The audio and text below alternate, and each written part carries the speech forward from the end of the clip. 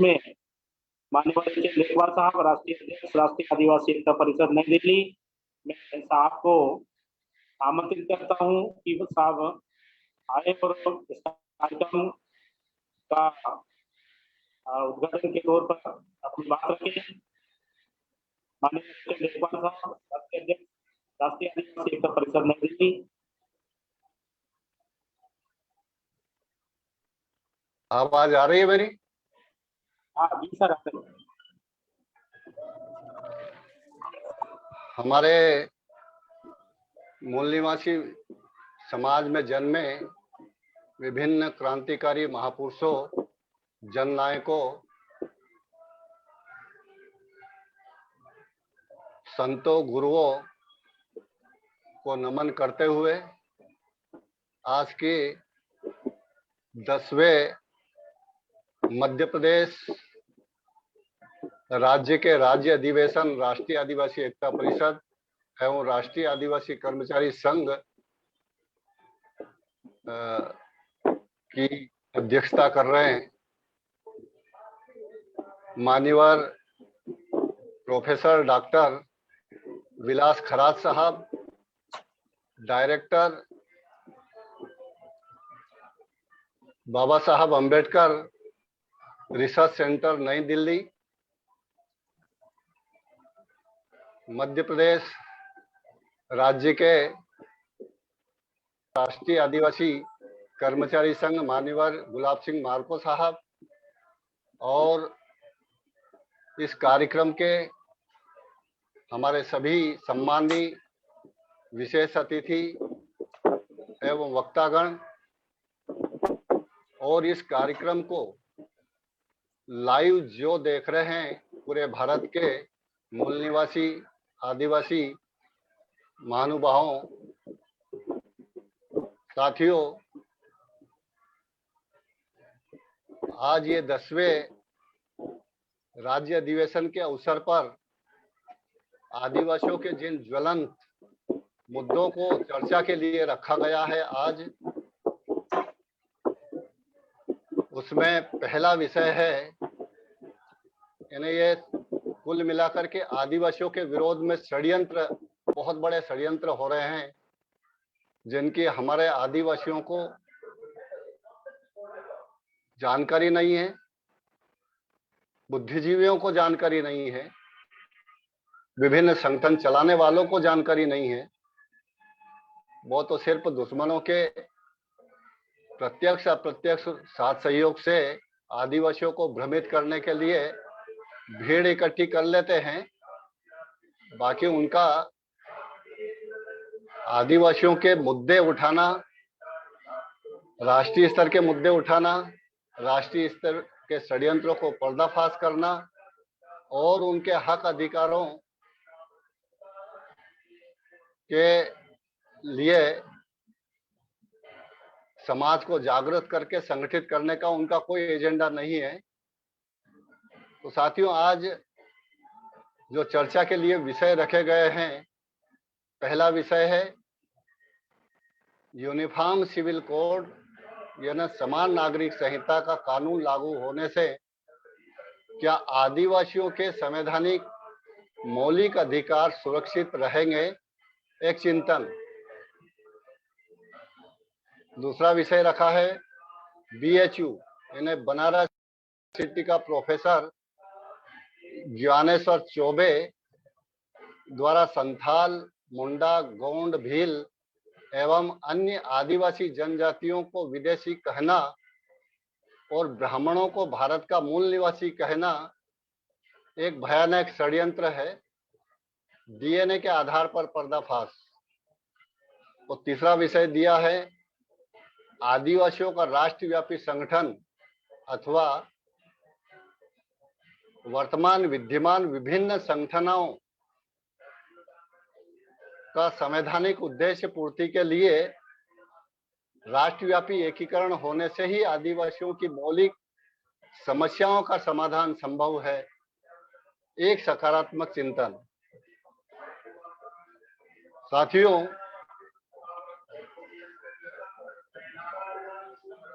आदिवासी जिसके नाम पर नाम के आगे आदिवासी यानी उसका शाब्दिक अर्थ है आदिकाल अनादिकाल से रहने वाला इस भारत का मूल निवासी।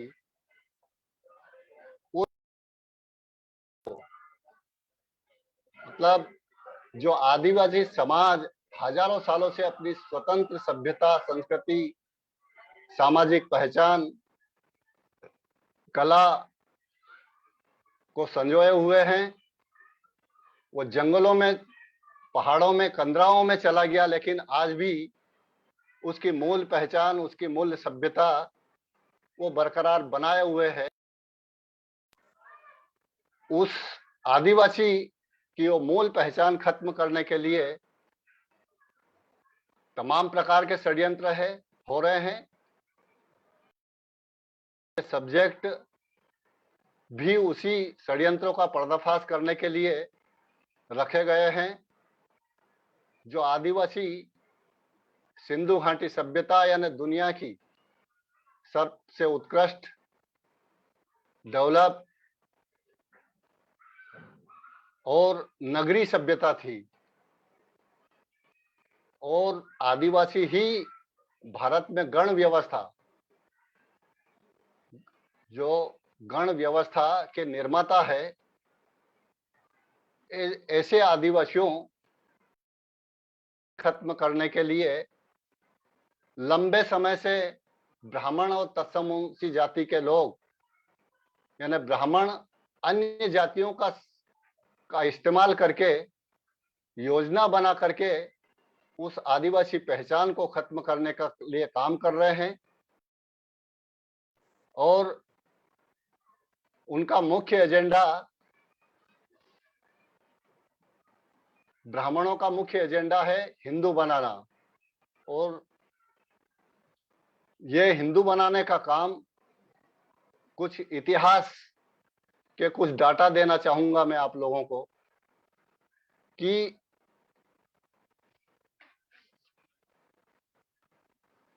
लगभग 1905 से ये षड्यंत्र चल रहा है। 1905 में गोपाल कृष्ण गोखले नाम के ब्राह्मण ने भील सेवा मंडल बनाया।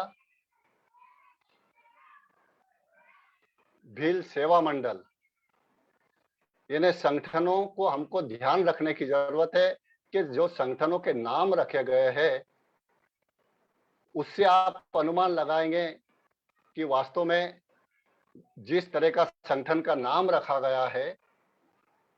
मुझे आज ही हमारे व्हाट्सएप ग्रुप में आदिवासी विकास परिषद का एक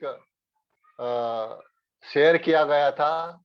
तो आदिवासी विकास परिषद से 80 में इसका गठन हुआ था और आज भी वो आदिवासी विकास परिषद चल रहा है और वो कांग्रेस से जुड़े हुए हमारे जो आदिवासी लोग हैं वो उनके मुखिया बने हुए हैं।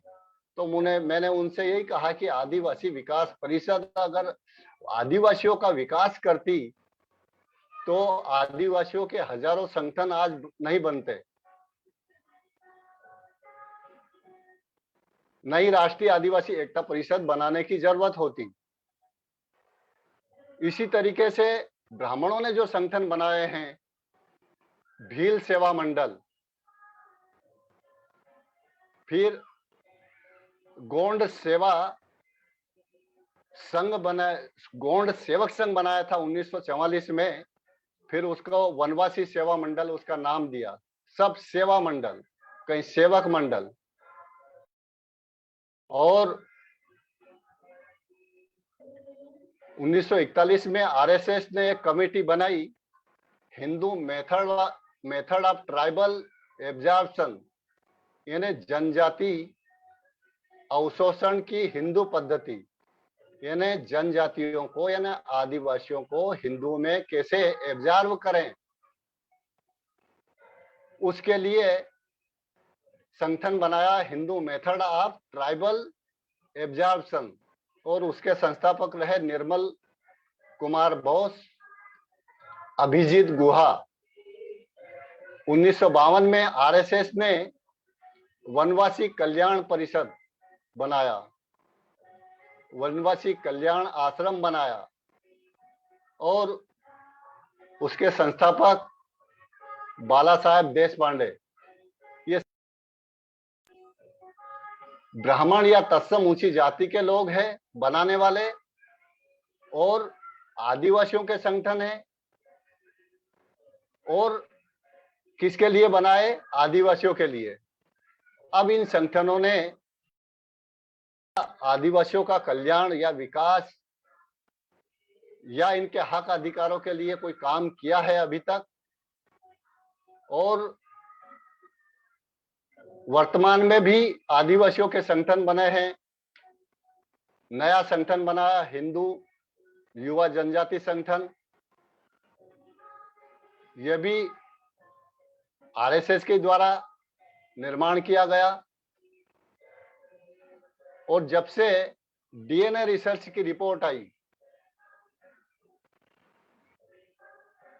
21 मई 2001 को, जब डीएनए रिसर्च रिपोर्ट आई उसके बाद से ही आदिवासियों को, वैसे तो आदिवासियों को आदिवासी क्षेत्रों में बड़े बड़े हिंदू सम्मेलन करवा करके आदिवासियों को राम और सबरी के साथ जोड़ करके, राम के साथ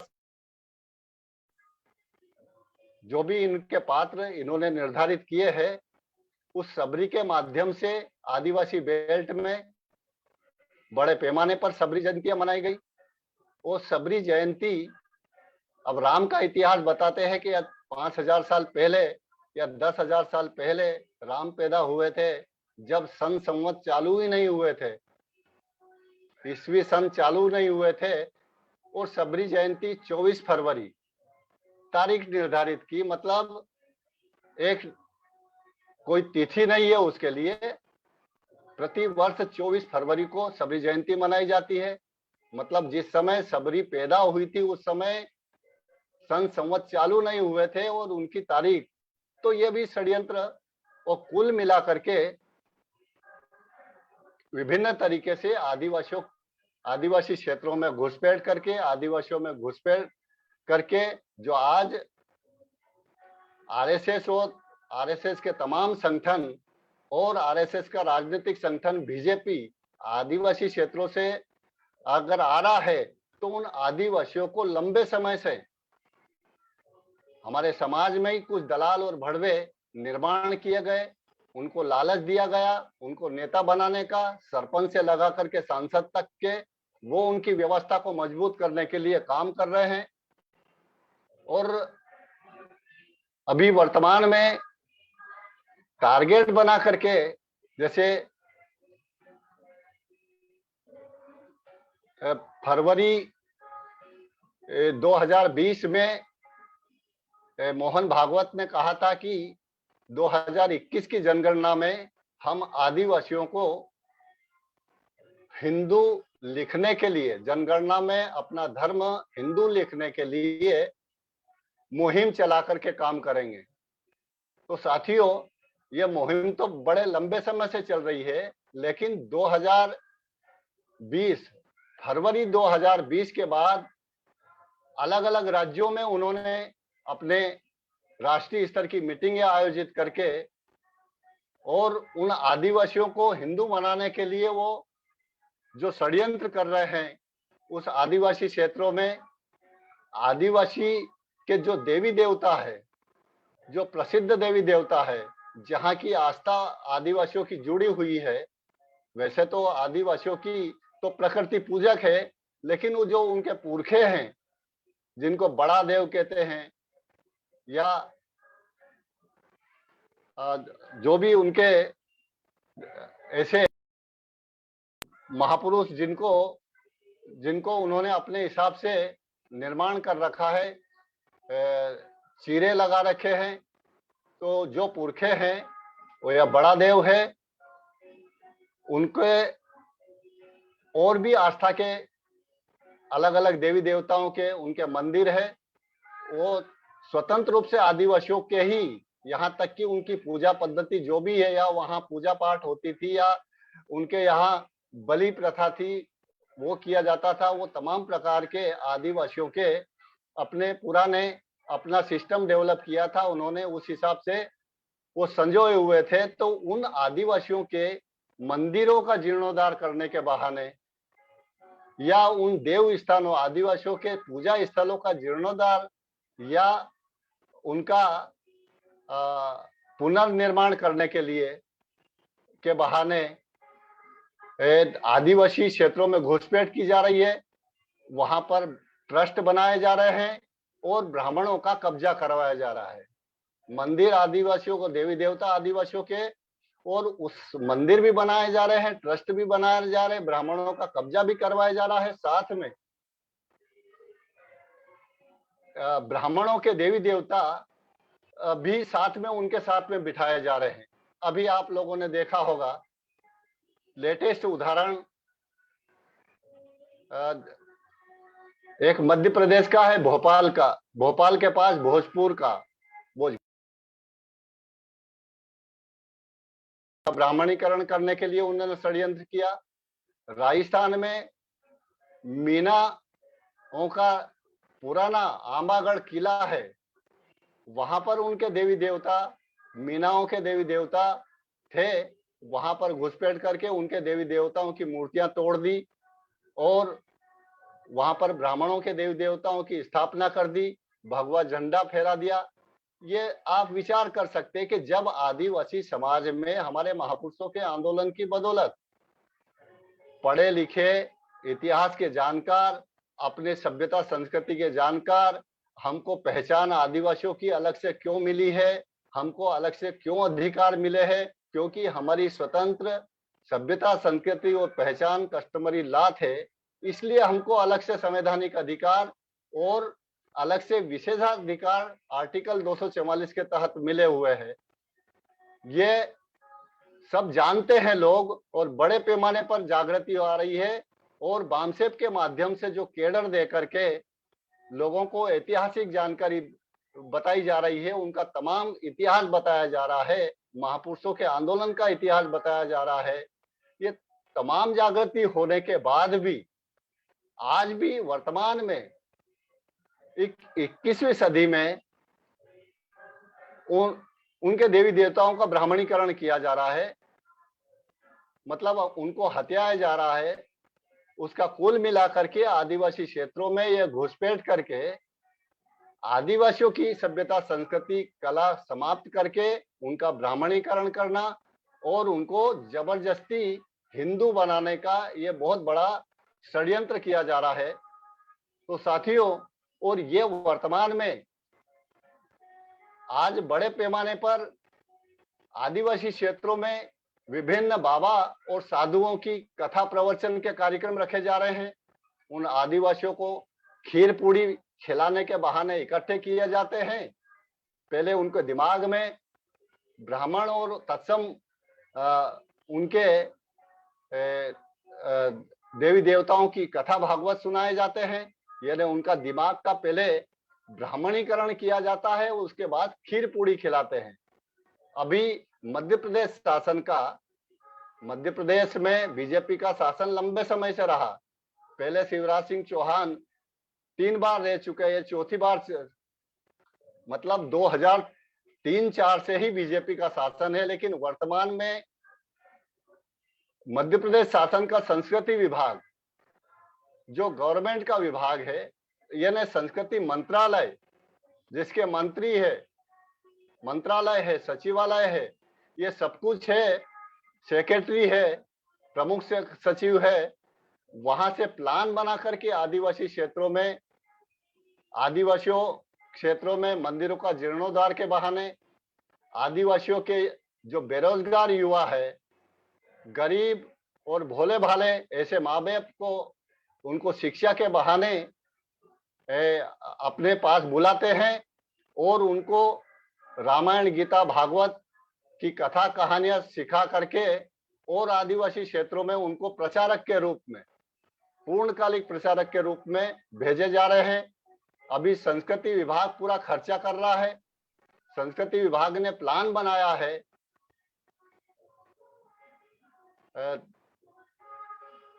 कि आदिवासी क्षेत्रों में आदिवासी पात्र को रामलीला का मंचन करने के लिए तैयार किए गए नेहरू युवा केंद्र के माध्यम से, और आदिवासी क्षेत्रों में रामलीला का मंचन किया जा रहा है। अरे तुमको अगर वास्तव में तुम रामलीला का मंचन करने के पीछे क्या उद्देश्य है? क्या हमारे पढ़े लिखे बुद्धिजीवी लोग या तमाम प्रकार के संगठन चलाने वाले जो लोग हैं, जब इतनी जागृति है, तमाम प्रकार के संगठन काम कर रहे हैं, उसके बाद भी वो काम कर रहे हैं, और जो विरोध करता है आपस में लड़ते हैं, क्योंकि उनको जब तक उनकी व्यवस्था को मजबूत करने के लिए आप काम नहीं करोगे तो पार्टी टिकट नहीं देगी। सरपंच का भी टिकट वो देती है, प्लान बना करके वो जिताते हैं, ईवीएम में धोखाधड़ी करके, फर्जीवाड़ा करके। वो क्योंकि उनको जानकारी है कि अगर जीतना है तो पैसे चाहिए, दारू मोर।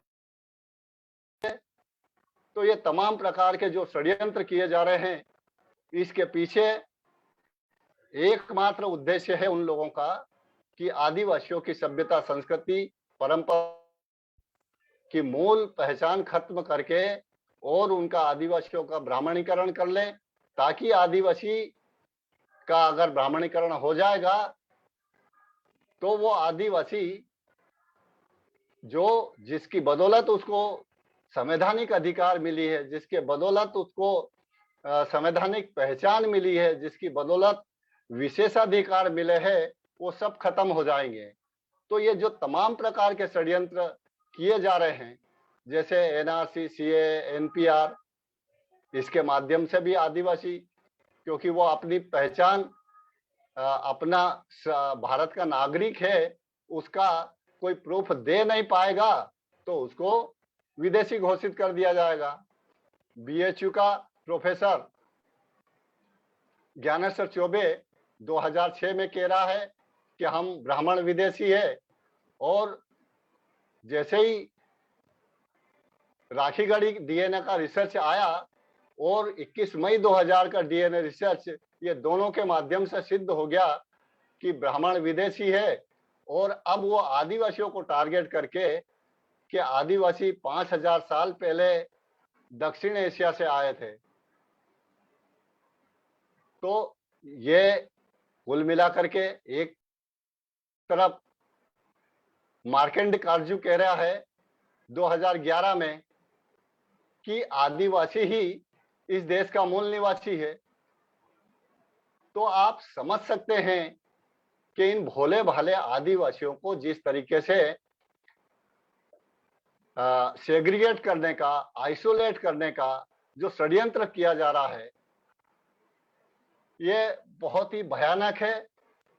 इससे सत्यानाश हो जाएगा। एक कहावत है ना कि सब कुछ खत्म हो जाएगा। ये हमारे समाज के पढ़े लिखे बुद्धिजीवी लोगों को समझने की जरूरत है। तो ये इसके साथ ही साथियों, ये जो तीसरा सब्जेक्ट रखा है कि आदिवासियों के राष्ट्रव्यापी संगठन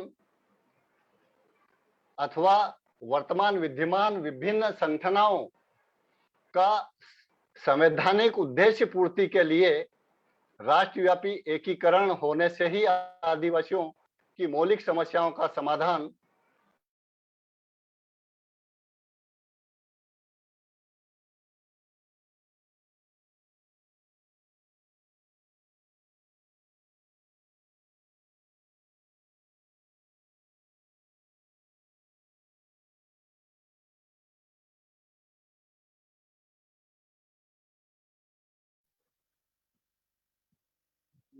आवाज आवाज नहीं आ रहा सर का।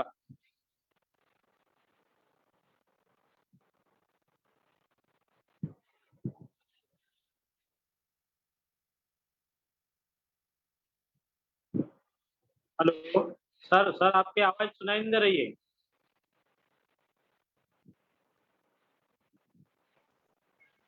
कोई प्रदेश स्तर के हैं? आवाज आ रही है मेरी? हाँ अभी आ रही है। Okay okay. हाँ। और ये संगठन सिर्फ और सिर्फ जब चुनाव आते हैं, वो चुनाव आते समय अलग अलग राजनीतिक दल से टिकट मांगने का काम करते हैं। हमारा इतना बड़ा संगठन है, हमारे इस मध्य प्रदेश में इतने आदिवासी है, छत्तीसगढ़ में इतने आदिवासी है, झारखंड में इतने आदिवासी है, हमको इतने टिकट मिलना चाहिए, और नहीं तो हम अलग से निर्दलीय खड़े हो जाएंगे। मतलब कुल मिलाकर के समाज को मूर्ख बना करके समाज के नाम पे संगठन बनाते हैं, और जिन राजनीतिक पार्टियों को गाली दे करके 70-72 साल में ना कांग्रेस ने न बीजेपी ने आदिवासियों का कल्याण किया है, और जब चुनाव आते हैं उन्हीं कांग्रेस और बीजेपी जिनको गाली देकर के संगठन बनाया और समाज को मूर्ख बनाए, कई लोगों को भ्रमित किया, और उन्हीं लोगों से टिकट मांगते हैं। ऐसे कई उदाहरण देख सकते हैं आप, अलग अलग राज्यों में देख सकते हैं। तो ये तमाम प्रकार के संगठन किन लोगों ने बनाए? समाज के पढ़े लिखे अधिकारी कर्मचारियों ने बनाए। हम ब्राह्मणों को गालियां देते हैं कि ब्राह्मणों ने भारत की मूल निवासी जातियों को 6000 जातियों में बांटा। तो ब्राह्मणों ने 6000 जातियों में बांटा, लेकिन आज SC ST OBC के 6 लाख संगठन हैं। तो ये 6 लाख संगठनों में किसने बांटा? ये 1975-78 के बाद जब बामसेफ बना, बामसेफ का निर्माण हुआ, उसके बाद ब्राह्मणों ने ऐसे जाति आधारित संगठनों का जाति को समाज का नाम दे करके भील समाज, गोंड समाज, भिलाला समाज, अरे फिर भील समाज है, भिलाला समाज है, गोंड समाज है, पाटीदार समाज है, तो फिर जाति क्या है? तो हमारे पढ़े लिखे लोगों को इतना भी IQ नहीं है, इतनी भी समझ नहीं है कि वास्तव में समाज और जाति की डेफिनेशन क्या है, इंग्लिश क्या है। तो उन्होंने आदिवासियों के लगभग 25,000 संगठन, आदिवासियों की 800 जनजातियां हैं, 803 के आसपास, और लगभग 25,000 संगठन काम कर रहे हैं। कौन कौन चला रहे इन संगठनों को? तो ये संगठन, ये छोटे छोटे संगठन बनाने से क्या हुआ? हमारे समाज में जो पढ़े लिखे बुद्धिजीवी वर्ग का निर्माण हुआ, उन पढ़े लिखे बुद्धिजीवी वर्ग का समय विभाजित हुआ, पैसा विभाजित हुआ, टैलेंट विभाजित हुआ, बुद्धि विभाजित हुआ, हुनर विभाजित हुआ, श्रम विभाजित हुआ, और आज हम किसी भी समस्याओं का समाधान करने के लायक नहीं है। हमारी FIR भी दर्ज नहीं हो रही है। अभी ये लेटेस्ट आप लोगों ने सोशल मीडिया पे नीमच मंदसौर के कन्हैया भील जो आदिवासी है, उसको किस तरीके से मारा गया, उसको पिकअप छोटा जो ट्रक आता है उसके पीछे बांध करके घसीटा गया और उसकी हत्या कर दी गई। ये सब दुनिया के लोगों ने देखा। और अभी मैंने एक हमारे एडवोकेट वहां गए थे, उनका वीडियो देखा मैंने, उन्होंने FIR की कॉपी निकलवाई थाने से। तो उस FIR में लिखा हुआ है कि वो एक्सीडेंट हुआ, एक्सीडेंट में मारा गया, और जो धाराएं लगना चाहिए, ना एट्रोसिटी एक्ट लगा, ना 302 की धारा लगी, ना इस तरह की कोई उनके साथ में अत्याचार हुए इस तरह की कोई धाराएं लगी। वो वीडियो 2.5-3 मिनट का है, सुना होगा। मैंने भी उसको फेसबुक पेज पे और अन्य ग्रुपों में शेयर किया है कि जब आज 21वीं सदी में और बड़े बड़े आंदोलन हो रहे हैं, उसके बाद भी आदिवासियों की FIR जिन धाराओं में होना चाहिए वो नहीं हो रही है। तो हमारे ये जो छोटे मोटे संगठन, अलग अलग संगठन और आदिवासियों के संगठन के अलावा मैं बता रहा हूं कि अगर 100% आदिवासी भी अगर इकट्ठे हो जाते हैं तो भी वो अपनी समस्याओं का समाधान करने के लायक नहीं बन सकते हैं। 100% 15% वो एससी के लोग हैं। अगर एससी 15% है, वो भी अगर 100% इकट्ठे हो जाए तो वो अपनी समस्या का समाधान नहीं कर सकते हैं। 52% ओबीसी है। पहली बात तो वो हो नहीं सकते, लेकिन फिर भी हम मान लें, फिर भी वो घुसपैठ करके हमारे अंदर और हम में आपस में झगड़ा लगा दे। क्योंकि आज अगर आप राष्ट्रीय आदिवासी एकता परिषद काम कर रहा है या अन्य संगठन काम कर रहे हैं, तो जो कांग्रेस और बीजेपी की दलाली कर रहे हैं, उनके सामाजिक, धार्मिक या राजनीतिक संगठन में दलाली कर रहे हैं, तो वो अपने स्वयं का वर्चस्व या अपनी सीट बचाने के लिए, वो गुलामी करने के लिए उसको क्यों दिया है कि वो कम से कम ब्राह्मणों की, चाहे वो कांग्रेस या बीजेपी है, उसकी मजबूत करने के लिए वो अगर काम करता है तो ठीक है, नहीं तो करके भगा देंगे। तो आप अगर काम करेंगे तो पहले आपको कांग्रेस से और बीजेपी से लड़ना पड़ेगा। इसलिए आदिवासियों के तमाम जो वास्तव में समाज का कल्याण, उत्थान और विकास चाहते हो, इस संविधान को लागू करवाना चाहते हो, तो हम लोगों को, सभी आदिवासी संगठनों को अपने झंडे डंडे बैनर के साथ में, अपने एजेंडे के साथ में, हमारे राष्ट्रीय लेवल के जो आंदोलन चल रहा है, राष्ट्रीय स्तर के जो मुद्दे हैं, चाहे वो आदिवासियों पर हो रहे अत्याचार के हो, क्योंकि अत्याचार सिर्फ मध्य प्रदेश में ही नहीं हो रहे हैं, ऑल इंडिया में हो रहे हैं।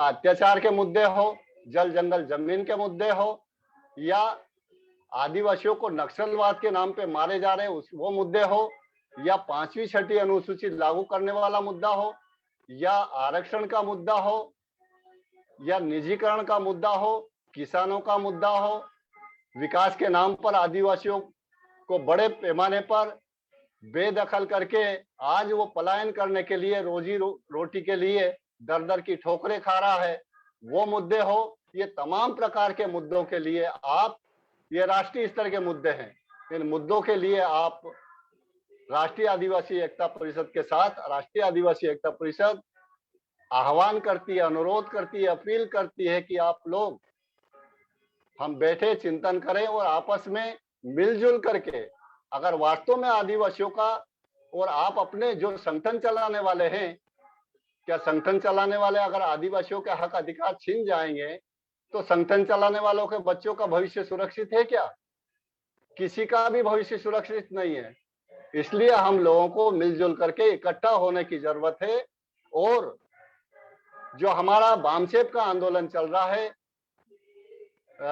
मूल निवासी और विदेशी, 85% मूल निवासी है। ये डीएनए रिसर्च, चाहे वो राखीगढ़ी का डीएनए रिसर्च हो या 21 मई 2001 को कल बामसा के द्वारा किया गया डीएनए रिसर्च हो, उससे हम बिछड़े हुए लोग हैं। हम सिंधु घाटी सभ्यता के बिछड़े हुए लोग हैं। हमारा डीएनए एक है।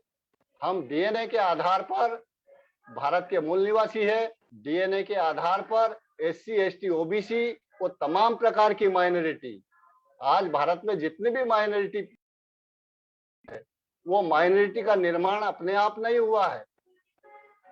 ब्राह्मणों की ऊंच नीच, गैर बराबरी और छुआछूत की व्यवस्था से प्रताड़ित होकर के, अपमानित होकर के बड़े पैमाने पर सिख बने, ईसाई बने, मुस्लिम बने, ये तमाम हमारे डीएनए के भाई है।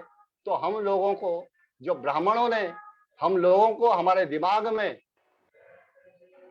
ईसाइयों के प्रति, सिखों के प्रति, मुसलमानों के प्रति जो जहर भर रखा है, उसको निकालने की जरूरत है कि वास्तव में असली दुश्मन छुपा हुआ है और जो दुश्मन नहीं है उसको आपके सामने लाया जा रहा है। यह हमारे प्रत्येक बुद्धिजीवी लोगों की जिम्मेदारी है कि वो प्रत्येक बुद्धिजीवी अपने एरिया में, अपने क्षेत्र में, अपने समाज को जगाने का काम करे। और ये जो आंदोलन चल रहा है राष्ट्रीय आदिवासी एकता परिषद के माध्यम से, क्योंकि राष्ट्रीय आदिवासी एकता परिषद को अब किसी की पहचान की आवश्यकता नहीं है।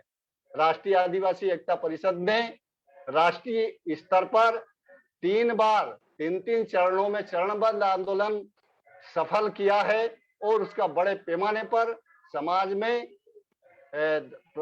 उसका प्रभाव दिखा है, उसकी पहचान दिखी है और एक राष्ट्रीय स्तर पर स्थापित हो चुका है। और राष्ट्रीय आदिवासी एकता परिषद सिर्फ आदिवासियों के ही साथ सहयोग समर्थन से काम नहीं कर रहा है। राष्ट्रीय आदिवासी एकता परिषद को गैर आदिवासियों का, एससी का, ओबीसी का, माइनॉरिटी का, तमाम प्रकार की माइनॉरिटी का, जिसको आपने अभी हमारा जून और जुलाई में चरणबद्ध आंदोलन हुए, उनके धरना प्रदर्शन रैलियों में उनका समर्थन साथ सहयोग मिला और हमारे बड़े पैमाने पर हमारे आंदोलन को सफल करने के लिए उन्होंने धरना प्रदर्शन में सम्मिलित हुए और राष्ट्रपति के नाम पर ज्ञापन दिए, जिसमें तमाम पूरे भारत के आदिवासियों की समस्याओं का हमने उसमें लिया था। तो साथियों, मैं अपनी बात खत्म करने से पहले जितने भी हमारे आदिवासियों के संगठन हो या हमारे अन्य मूल निवासियों के जो संगठन है, एससी के, ओबीसी के, माइनॉरिटी के, अगर वास्तव में हमको आने वाली पीढ़ियों को बचाना है तो ये एकमात्र मिशन चल रहा है, ये एकमात्र आंदोलन चल रहा है, ये एकमात्र आंदोलन आपकी हजारों पीढ़ियों को तबाह और बर्बाद होने से बचा सकता है, उनको गुलाम होने से बचा सकता है, इस संविधान को, तमाम प्रकार के संवैधानिक अधिकारों को बचा सकता है। अगर आप और हमको जिस तरह का नेतृत्व मिला है वामन मेहसाम साहब जैसा, वो तमाम एससी उनके नियंत्रण निर्देशन में काम कर रहा है, ओबीसी कर रहा है, माइनॉरिटी कर रहा है, यानी 85% के तमाम, चाहे वो एनटी, डीएनटी, विजीएनटी, सभी लोग उनके साथ में मिलजुल करके काम कर रहा है। 15 वर्ष से लगा करके 85 यानी विद्यार्थी से लगा करके रिटायर्ड लोग उनके नियंत्रण, निर्देशन और कम्युनिकेशन कोऑर्डिनेशन के साथ में काम कर रहे हैं। उसकी एकमात्र ताकत है। अगर ये आंदोलन हम सफल नहीं कर पाए तो फिर ऐसा आंदोलन भविष्य में कोई खड़ा करने लायक नहीं है और ना हो सकता है। ये एकमात्र विकल्प है, एकमात्र हमारे पास रास्ता है। हम एससी, एसटी, ओबीसी और तमाम प्रकार की माइनॉरिटी को मान, सम्मान, स्वाभिमान और आजादी दिलवा सकते हैं। इस भारत की सत्ता शासनकर्ता जो बाबा साहब अम्बेडकर का सपना था कि मैं शासनकर्ता जमात के रूप में देखना चाहता था, लेकिन मैं अपने उद्देश्य में सफल नहीं हो पाया। तो साथियों, ये बामसेफ उन महापुरुषों के आंदोलन का उद्देश्य सपना पूरा करने का काम कर रहा है और हम सफल होंगे।